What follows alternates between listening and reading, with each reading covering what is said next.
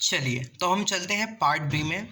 तो मैंने जैसे कि ये पेज जो है, सॉरी, ये जो कोड है IS 875 1987 पार्ट 3, मैंने आप सभी से कहा था कि इसको डाउनलोड कर लीजिए। मेरे पास ये ऑलरेडी एक फ़िज़िकल कॉपी में अवेलेबल है। जब हम पार्ट बी को पढ़ते हैं तो पार्ट बी का जब हम पहला स्टेप सॉल्व करते हैं तो हमें इस कोड का IS 875 पार्ट 3 1987 का पेज नंबर सबसे पहले खोलना है 8। जैसे ही आप पेज नंबर 8 खोलेंगे तो वहाँ पे देखिए 5.3 में आपको एक ये फॉर्मूला दिया हुआ है डिज़ाइंड विंड स्पीड का।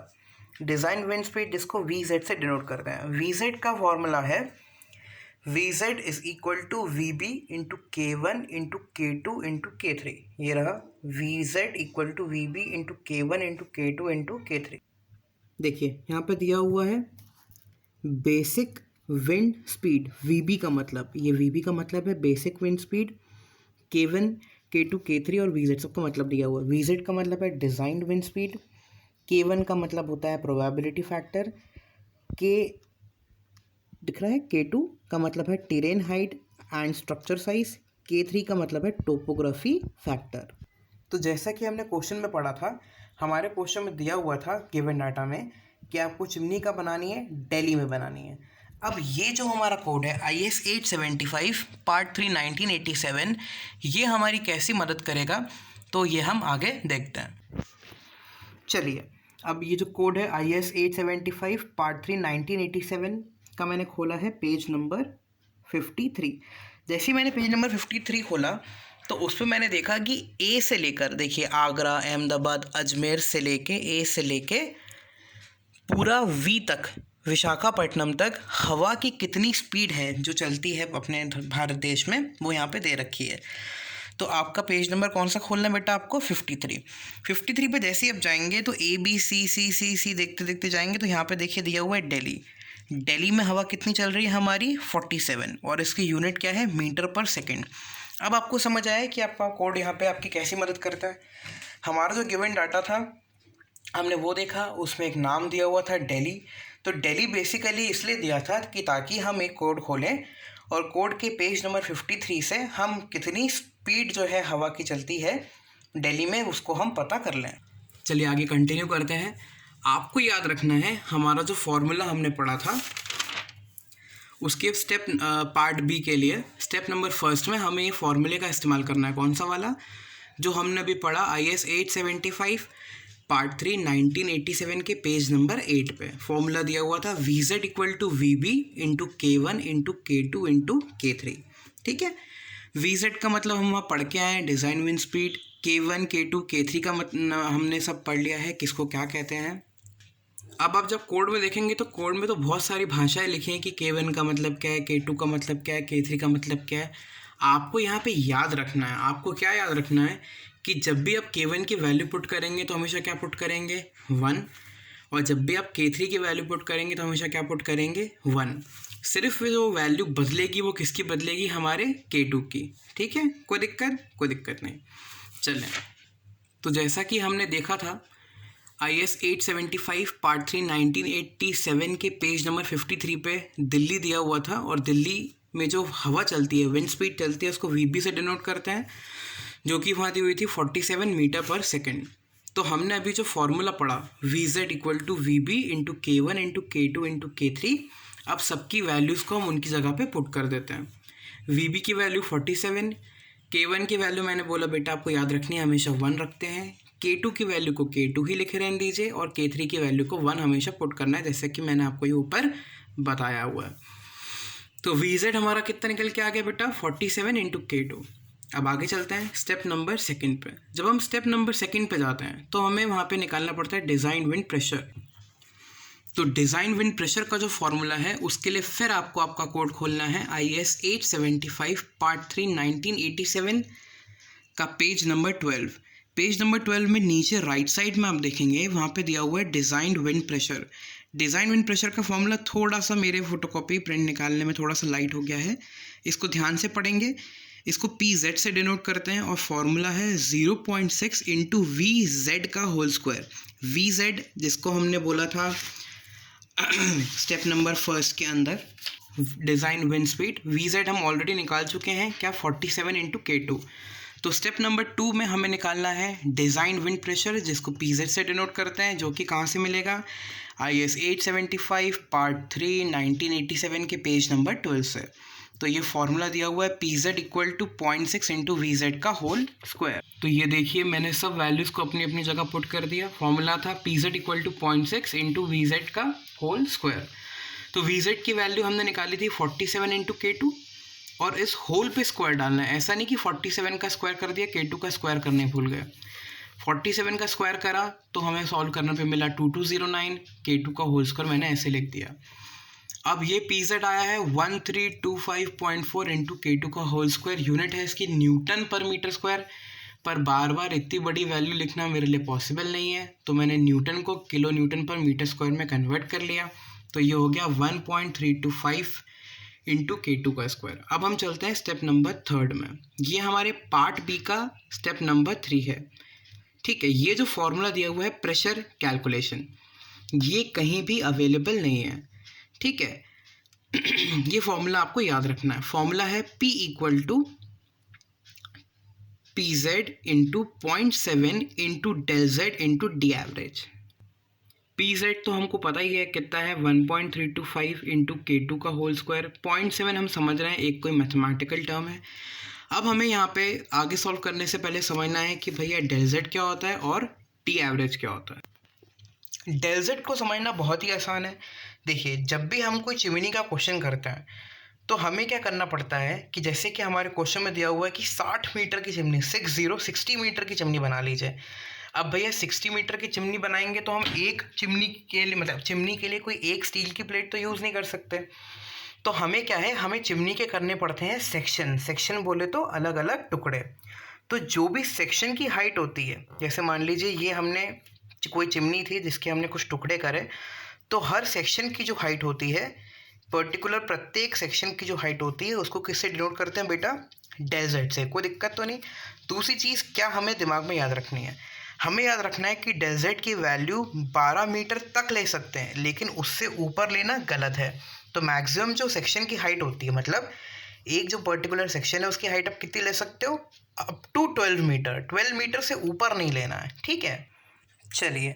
तो जैसे कि हमने बेसिक डायमेंशन कैलकुलेशन में निकाल के रखा हुआ था कि हमारी चिमनी की जो टोटल हाइट है वो है 60 मीटर। ऊपर वाला जो पोर्शन था वो आ गया था 40 मीटर, नीचे वाला आ गया था 20 मीटर। अब हमें क्या करना है, हमें हमारी जो चिमनी है 60 मीटर के, इसके ऐसे बराबर टुकड़े करने हैं ताकि ऊपर का 40 मीटर भी बराबरी डिवाइड हो जाए और नीचे का 20 मीटर भी बराबर डिवाइड हो जाए। हमारे RGPV के सिलेबस में अक्सर जो क्वेश्चन पूछे जाते हैं वो बेसिकली 3 टाइप के पूछे जाते हैं। चिमनी की हाइट या तो 60 दी होती है, या 64 दी होती है, या 72 दी होती है।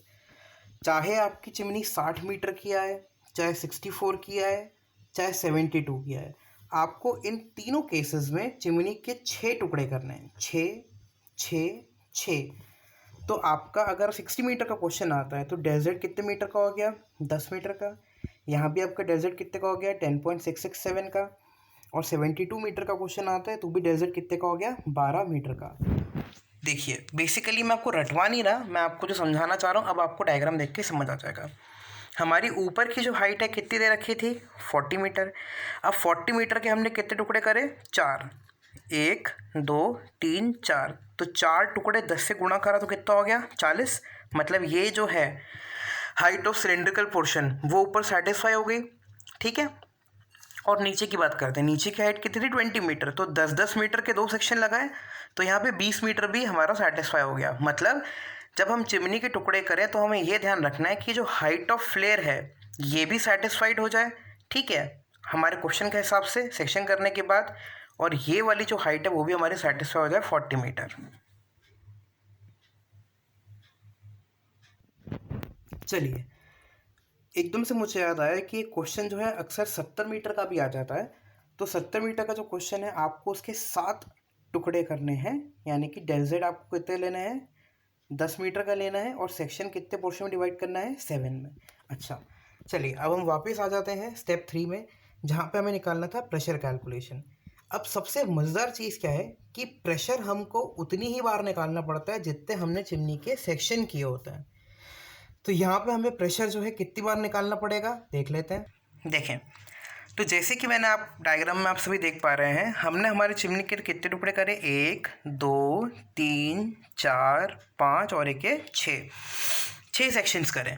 तो हमें हर सेक्शन पे अलग अलग प्रेशर निकालना है। तो pressure number 1, pressure 2, pressure 3, pressure 4, pressure 5 और प्रेशर 6। तो हमें क्या करना है, सब पे अलग अलग प्रेशर निकालना है। तो सबसे पहले हम निकालेंगे प्रेशर नंबर 1। आप चाहे प्रेशर 1 निकालें या प्रेशर 6 निकालें, हमें तो सारे ही निकालने हैं, कोई भी प्रेशर निकालेंगे। लेकिन उसके लिए जो फॉर्मूला है प्रेशर का, जो कि मैंने आपको बताया किसी भी कोड में अवेलेबल नहीं है, आपको इसको याद रखना है। प्रेशर का जो फॉर्मूला है PZ into 0.7 into del Z into D average, ये फॉर्मूला हमेशा कांस्टेंट रहेगा, सेम रहेगा। मान लीजिए ये इसका जो है सबसे मतलब ये इसका बेसिक फॉर्मूला है। हमारा यहाँ पे डेल जेड कितने का आ गया क्वेश्चन के हिसाब से, 10 मीटर, टोटल हाइट थी 60, हमने करे उसके 6 टुकड़े, तो 10-10 मीटर के हमारे 6 सेक्शन आ गए। फिर हम बात कर लेते हैं डी एवरेज की। चलिए, तो हमें क्या है कि बेसिकली यहाँ पे 6 सेक्शन कर रहे हैं तो 6 प्रेशर निकालने पड़ेंगे। तो प्रेशर निकालने का फॉर्मूला ये रहा, P equal to PZ into 0.7 into del Z into D average. Del Z हमारे क्वेश्चन के हिसाब से कितना मिल गया, 10 मीटर। अब डी एवरेज को समझ लेते हैं। जब तक हमारी चिमनी सिलेंड्रिकल पोर्शन की है, सिलेंड्रिकल पोर्शन कहाँ से कहाँ तक है, सेक्शन नंबर 1 से लेके सेक्शन नंबर 4 तक। तो यहाँ पे आप बिल्कुल ध्यान देंगे कि डी जो है वो किसके बराबर होता है, डी एवरेज के। तो डी हमारा क्वेश्चन में कितना गिवन था, 4.2। तो सेक्शन नंबर 4 तक हमारा जो डी एवरेज रहेगा वो कितना रहेगा, 4.2। इसकी चिंता हमको नहीं करनी है। चलिए, तो जैसे कि हमने बताया कि सेक्शन 1 से लेके सेक्शन 4 तक जो हमारी चिमनी है वो सिलेंड्रिकल पोर्शन की है, तो वहाँ पे हमारा डी एवरेज के बराबर होगा। अब हम आगे देखते हैं। जैसे कि हम हमारे डायग्राम में देख पा रहे हैं कि प्रेशर नंबर 1 जो है तब एक्ट कर रहा है जब चिमनी की हाइट, टोटल हाइट कितनी थी, 60। फिर एक डेल जेड, देखिए यहाँ से एक डेल जेड ये कम हो गया। तो प्रेशर नंबर 1 निकलेगा जब हाइट है 60, प्रेशर 2 निकलेगा जब हाइट है 50, प्रेशर 3 निकलेगा जब हाइट है 40, प्रेशर 4 निकलेगा जब हाइट है 30, प्रेशर 5 निकलेगा जब हाइट है 20, प्रेशर 6 निकलेगा जब हाइट है हमारी चिमनी की 10 मीटर। एंड इसके बाद हमारे प्रेशर कैलकुलेशन यहाँ पे ख़त्म होगा, है ना। तो ये हमने देखा, जब प्रेशर 1 हमें निकालना है तब चिमनी की हाइट कितनी, 60 मीटर। हमने जैसे कि फॉर्मूला पढ़ा था, बेसिक फॉर्मूला था प्रेशर का, जो कि था PZ into del Z into 0.7 into D average. PZ अभी हमने पिछले ही पार्ट में निकाला था, उसकी वैल्यू को हमने पुट कर दिया यहाँ पे 1.325 इंटू K2 का स्क्वायर। डेल जेड हमने आपको अभी डिस्कशन करा, सेक्शन की पर्टिकुलर हाइट जो कि दे रखी है 10.7, एक न्यूमेरिकल टर्म है, उसको आर 0.7 लिख दिया। डी एवरेज 4.2 है, ये हम ऑलरेडी देख चुके हैं। तो जैसे जैसे जो था उनकी वैल्यूज़ को हमने वहाँ पे पुट कर दिया। लेकिन अभी यहाँ पे हमारे लिए अननोन कौन सा है, K2। अब K2 अननोन हो गया, तो अब हमें किसके बारे में डिस्कशन करना पड़ेगा कि भैया K2 को निकाले कैसे। एक्चुअली K2 जो होता है वो सबके लिए अलग अलग निकलेगा। जब हाइट 60 मीटर है तो K2 अलग होगा, जब हाइट 50 मीटर है तो K2 अलग होगा, जब हाइट 40 मीटर है तो K2 अलग होगा, जब हाइट 30 मीटर है तो K2 अलग। मतलब हर हाइट के हिसाब से K2 की वैल्यू यहाँ पे वैरी करेगी, जैसे कि मैंने आपको बताया था, ठीक है। तो इसके लिए आपको क्या करना है, इसके लिए आपको आपके IS कोड IS 875 पार्ट 3 1987 का पेज नंबर 12 खोलना है और टेबल नंबर कौन सा खोलना है, 2। ये देखिए हमने खोल लिया है IS 875 पार्ट 3 1987 का टेबल नंबर 2, और यहाँ पे दिया हुआ है पेज नंबर 12। तो इस टेबल में आप देखेंगे हमारे क्वेश्चन में एक डाटा गिवन था। जब मैंने क्वेश्चन पढ़ा था तो उसमें लिखा था कि आपको चिमनी बनानी है दिल्ली में, और वहाँ पे जो आपको टेरेन कैटेगरी है वो कौन सी यूज़ करनी है, 2। अब इस टेबल को थोड़ा ध्यान से देखिए, यहाँ पे चिमनी की हाइट दे रखी है 10, 15, 20, 30 करते करते सोन करके 500 मीटर तक। इसके अलावा यहाँ पे दिया हुआ है terrain category 1, terrain category 2, terrain category 3, terrain category 4। हमारे क्वेश्चन में कौन सी यूज़ करनी है हमको, टेरेन कैटेगरी 2। फिर आगे फर्दर हम देख रहे हैं, तो जैसे कि हमारे क्वेश्चन में दिया था टेरेन कैटेगरी 2। अच्छा, अब आके देखेंगे यहाँ पे एक शब्द दिया हुआ है क्लास में लिखा है A, B और C। अब इसको हम ज़्यादा डिटेल में नहीं जानेंगे, हम बस इतना जान लेते हैं कि अगर हमारे क्वेश्चन में कोई भी क्लास दे रखी है, जैसे कि हमारा जो मैंने आपको क्वेश्चन दिया था उसमें दिया था टेरेन कैटेगरी 2 क्लास C, अगर क्लास दी हो तो अच्छी बात है, नहीं दी हो तो बिंदास हो कि आपको कौन सी क्लास के लिए डिज़ाइन कर देना है, क्लास सी के लिए। यहाँ पे देखिए चिमनी की हाइट दी हुई है 10, 15, 20, 30, 50, 100। पर हमारी चिमनी की जो अभी हाइट है, जहाँ पे प्रेशर निकालना है, प्रेशर नंबर 1, उसके लिए चिमनी की हाइट कितनी दे रखी है, 60 मीटर। लेकिन 60 मीटर के लिए क्या हमारे पास कोई भी वैल्यू है क्या K2 की? एक्चुअली ये जो टेरेन कैटेगरी क्लास ABC है, ये K2 की वैल्यूज़ के बारे में हमें जानकारी देता है। ये देखिए लिखा हुआ है टेबल टू K2, ठीक है। तो ये K2 की वैल्यू को हम पता कर रहे हैं। तो देखिए 50 मीटर के लिए वैल्यू दी हुई है क्लास सी में 1.10, और 100 के लिए कितनी दे रखी है 1.17। लेकिन 60 के लिए जो रिक्वायर्ड है वो वैल्यू यहाँ पे नहीं है। तो इसके लिए बेटा हमको क्या करना पड़ेगा, इंटरपोलेशन। तो जैसे कि बेटा हमने देखा कि हमें प्रेशर निकालना है 60 मीटर पे, लेकिन 60 मीटर के लिए हमारे पास K2 की कोई भी वैल्यू अवेलेबल नहीं है। तो हमें क्या करना पड़ेगा, इंटरपोलेशन। चलिए तो हम वापस आ गए हमारे इंटरपोलेशन पे। मैंने देखा है कई बच्चे इंटरपोलेशन से ऐसे डरते हैं जैसे पता नहीं उनको कोई भूत दिख गया। तो देखिए मैंने यहाँ पे इंटरपोलेशन आपके लिए बहुत ही आसान बना दिया। देखते हैं 50 मीटर के लिए हमें वैल्यू जो है K2 की कितनी दे रखी है 1.10, और 100 के लिए 1.17। तो देखिए ये मैंने इंटरपोलेशन के लिए 50 मीटर की वैल्यू निकाल ली, 1.10 लिख ली, और 100 के लिए 1.17। और जिस टर्म के लिए हम सॉल्व कर रहे हैं, मतलब 60 मीटर के लिए सॉल्व कर रहा है, तो उसको मैंने सेंटर पे लिख लिया। अब इंटरपोलेशन के लिए क्या है, लोगों के बहुत ही अपने अपने बहुत सारे बनाए हुए फॉर्मूले हैं जिसको लोग फॉलो करते हैं। आप किसी भी फॉर्मूले से इंटरपोलेशन कर सकते हैं, आंसर सेम आएगा। लेकिन यहाँ पे मेरा एक खुद का सेल्फी मेड, जैसे मैंने अपना खुद का एक फॉर्मूला बना रखा है। उसके लिए आपके देखिए लाइफ में जब इंजीनियरिंग होती है तो दो ही चीज़ें होती हैं, या तो आपका पेपर ऑल क्लियर होता है ना, चाहे हमारा पेपर ऑल क्लियर होता है, या फिर हमारा क्या होता है पेपर रुक जाता है तो हम क्या बोलते हैं, अरे यार बैड लक खराब है। और दोनों ही चीज़ों में अपन बोतला शराब दिया, बोतल तो खोलते ही हैं। चले चाहे खुशी हो या गम हो, टन तना टन हो। तो देखिए वही मैंने लिखा AC पेपर ऑल क्लियर, या फिर हम क्या बोलते हैं BD, अरे यार बैड लक खराब है। तो AC BD, और जो चीज़ के लिए निकाल रहे हैं उसको सेंटर में लिख दिया E। ABCD सबको आती है ना E तक, बस। अब यहाँ पे देखिए फॉर्मूला इंटरपोलेशन का मैंने कैसे बनाया। ABCD को उल्टा लिखा है, ABCD, बीच में माइनस माइनस साइन, ABCD, बीच में माइनस साइन, फिर मल्टीप्लाइड बाय सबसे, जो यहाँ पे सबसे बड़ा अल्फ़ाबेट कौन सा है, E तक ही लिखा है तो E है, माइनस सबसे छोटा अल्फ़ाबेट यानी कि A, और प्लस बीच का अल्फ़ाबेट यानी कि C। कोई दिक्कत, बहुत सिंपल सा फॉर्मूला है। ABCD को उल्टा लिखा, माइनस साइन इनटू सबसे बड़ा माइनस सबसे छोटा प्लस बीच का C। ये हमारा फॉर्मूला किसका बन गया, K2 का। यहाँ पे A की वैल्यू दिख रही है 50, B की वैल्यू 100, C की वैल्यू 1.10, D की वैल्यू 1.17, E की वैल्यू 60। इन वैल्यूज़ को हम इन सब जगह पे पुट करेंगे तो उससे हमें यहाँ पे किसकी वैल्यू मिल जाएगी, K2 की। कब, जब प्रेशर हमारा कितनी हाइट पर है बेटा, 60 मीटर पर। चलिए निकाल के देखते हैं कैसे निकलता है। चलिए तो जैसे कि हमने देखा था हमारे IS कोड 875 1987 पार्ट 3 से हमने 50 के लिए वैल्यू नोट कर ली थी 50 के लिए हमने वैल्यू पुट कर ली थी 1.10, 100 के लिए वैल्यू पुट कर ली थी 1.17, ठीक है। और हमने यहाँ से इंटरपोलेशन का जो फॉर्मूला था जो कि हमने निकाला था ऑल क्लियर और बैड लक से, वो इस तरीके से फॉर्मूला बना, ABCD उल्टी लिखी, माइनस इंटू करा E minus A plus C। देखें अब यहाँ से हमने K2 की वैल्यू निकाली, वैल्यूज़ को पुट करा अपनी अपनी जगह पे, ठीक है। पुट करने के बाद अब दिक्कत ये आती है कि अभी इतना बड़ा एक टर्म है, इसको सॉल्व करना है। तो बच्चे क्या है कैलकुलेटर चलाने में बहुत ज़्यादा गलती करते हैं। आपको यहाँ पे ध्यान रखना है कि सबसे पहले आपको ये सिर्फ बीच का टर्म सॉल्व करना है। ये देखिए मैंने बीच का टर्म सॉल्व करा। दूसरे नंबर पे आपको ये वाला टर्म सॉल्व करना है, हमने ये सॉल्व करा। तीसरे नंबर पे इन दोनों को आपस में मल्टीप्लाई करना है, ये हमने कर दिया। और आखिरी में इससे ऐड करा तो K2 की वैल्यू कितनी निकल आ गई, 1.14। अब हमने K2 की वैल्यू को वापस हमारे प्रेशर के फॉर्मूले में रखा, यही था 1.325 इंटू K2 का square into 10 into 0.7 into 42। K2 का स्क्वायर करना मत भूलिएगा, अक्सर बच्चे स्क्वायर करना भूल जाते हैं, फिर बोलते हैं कि अरे सर हमने तो सही किया था, RGPV ने नंबर नहीं दिया। तो जैसे ही आप K2 का स्क्वायर करेंगे, सॉल्व करेंगे, तो प्रेशर 1 आपका आ जाएगा 48.34। अब हम चलते हैं प्रेशर नंबर 2 पे। प्रेशर नंबर 2 हमें तब निकालना था जब चिमनी की हाइट कितनी हो गई है, 50 मीटर। तो वापस हम देखेंगे टेबल नंबर 2 IS 875 पार्ट 3 1987 का।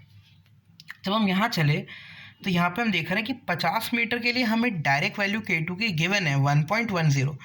तो यहाँ पे इंटरपोलेशन करने की कोई ज़रूरत नहीं है। हमारा जो फॉर्मूला है प्रेशर का 0.7 into del Z into D average into P Z, इसमें बस वैल्यूज़ को पुट करें। 0.7 डेल जेड की जगह 10, D average 4.2, P Z already निकाल चुके हैं 1.325 इंटू K2 का स्क्वायर। K2 का जहाँ स्क्वायर था वहाँ पे K2 की वैल्यू पुट कर दीजिए 1.10 और आपका प्रेशर नंबर 2 आ जाएगा 47.135। अब ऐसे ही चलते हैं प्रेशर नंबर 3 पे। प्रेशर नंबर 3 तब निकालना है जब चिमनी की हाइट कितनी हो गई हमारी, 40 मीटर।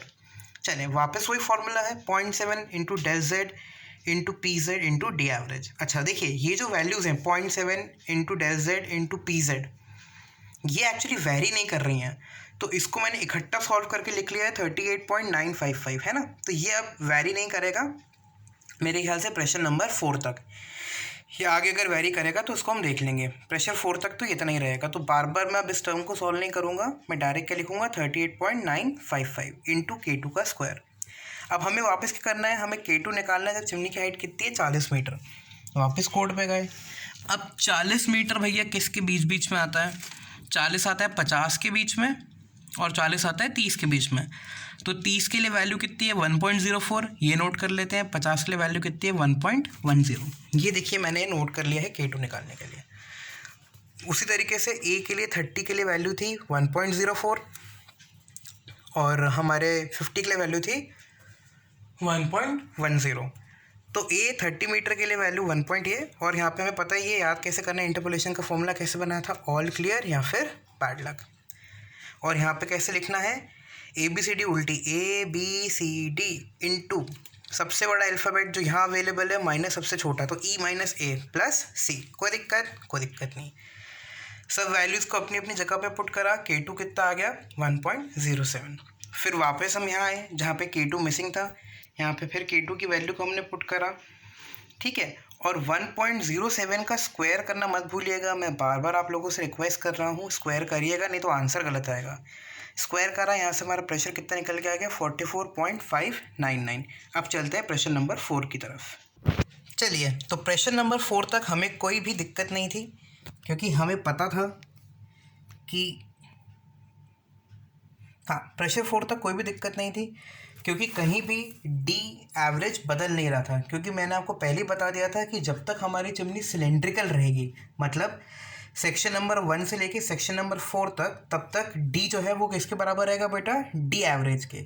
लेकिन जब हम बात करते हैं हमारे प्रेशर नंबर 5 और प्रेशर नंबर 6 के लिए, तो वहाँ पे डी एवरेज 5 और डी एवरेज 6 वेरी करेगा, ठीक है। वो कैसे वेरी करेगा उसको समझने के लिए देखिए मैंने क्या करा, जो मेरा फ्लेयर पोर्शन था मैंने उसका डायग्राम बना लिया। ये जैसे कि आप देख सकते हैं सेक्शन नंबर 4 ये रहा, सेक्शन 5 ये रहा, सेक्शन नंबर 6 ये रहा। सेक्शन 4 पे मेरी चिमनी का डाया था 4.2 और सेक्शन 6 का जो डायामीटर था वो डाया ऑफ फ्लेयर कहलाता है, जो कि हमने पहले स्टेप में निकाला था, जो कि था 6.3 मीटर। अब मैंने क्या करा, अच्छा लेकिन ये जो सेक्शन नंबर 5 है ये मुझे नहीं पता, तो सबसे पहले मैं क्या करूँगा, सेक्शन नंबर 5 निकालूंगा। हालांकि न्यूमेरिकल सॉल्व करने के लिए मुझे डी एवरेज 5 चाहिए और डी एवरेज 6 चाहिए, लेकिन जब तक सेक्शन नंबर 5 मेरे पास अवेलेबल नहीं होगा तब तक मैं ना डी एवरेज 5 निकाल पाऊँगा ना डी एवरेज 6 निकाल पाऊँगा। तो देखते हैं सेक्शन नंबर 5 कैसे निकलेगा। देखो भैया एवरेज का मतलब क्या होता है, एवरेज का मतलब होता है कि जितनी भी चीज़ें हैं, जैसे मान लीजिए अगर आप 2 चीज़ों का एवरेज निकाल रहे हैं तो उनको आपस में जोड़ते हैं, और अगर 2 चीज़ों का निकाल रहे हैं तो 2 से डिवाइड कर देते हैं। अगर आप 3 चीज़ों का एवरेज निकाल रहे हैं तो उन तीनों को जोड़ते हैं और 3 से डिवाइड कर देते हैं। 4 का निकाल रहे हैं तो 4 को जोड़ेंगे, 4 से डिवाइड कर देंगे। तो हम जो है सेक्शन नंबर 5 और 4 ये 2 सेक्शन है, इन 2 के सेक्शन नंबर 4 और सेक्शन नंबर 6 ये 2 सेक्शन है, और इन 2 सेक्शन का एवरेज मतलब कहाँ निकलेगा, बीच में निकलेगा ना, ठीक है। तो सेक्शन 5 के लिए फॉर्मूला यहाँ से ऐसा बना कि सेक्शन नंबर 4 का डाया और सेक्शन नंबर 6 के डाया को जोड़िए और 2 से डिवाइड कर दीजिए, तो उसका क्या मिल जाएगा हमें एवरेज मिल जाएगा। तो उससे हम सेक्शन नंबर 5 का डाया निकाल लेंगे।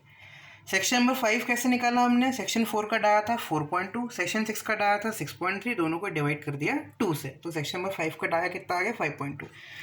अब हमें ये वाला डाया पता है 5.2, अब हमें ये वाला डाया पता है 4.2।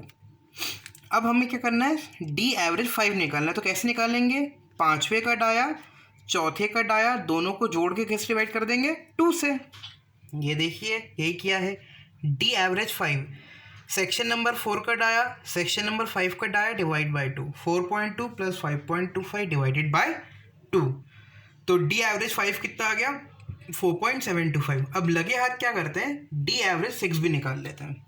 तो डी एवरेज 6 कहाँ लाई कर रहा है, सेक्शन 5 और 6 के बीच में, तो इन दोनों के डायमीटर को जोड़ेंगे और किससे डिवाइड कर देंगे बेटा 2 से।